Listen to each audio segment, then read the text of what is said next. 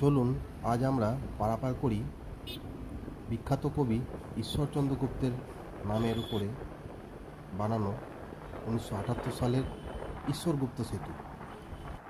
হুগলি নদীর উপর বানানো এই 1 কিলোমিটারের একটু বেশি লম্বা সেতুটি বাঁশবেড়িয়া, হুগলি, কল্যাণী, নদিয়া এগুলিকে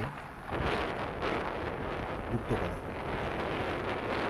1989 সালের 6 অক্টোবর তদানীন্তন মুখ্যমন্ত্রী জ্যোতি বসু কল্যাণী থেকে এই ব্রিজের উদ্বোধন করেছিলেন।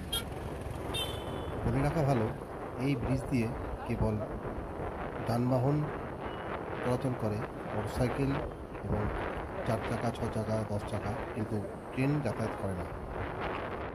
সময়ের ভারে এবং যানবাহন চলাচলের কারণে এই সেতুটির অবস্থা জরাজীর্ণ হয়ে পড়েছিল।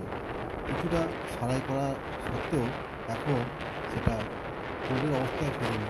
তাই এই একই স্থানে পাশে একটি নতুন অর্থাৎ দ্বিতীয় ঈশ্বরগুপ্ত সেতু তৈরি হচ্ছে, যেটি কিন্তু কেবল ব্রিজ হবে।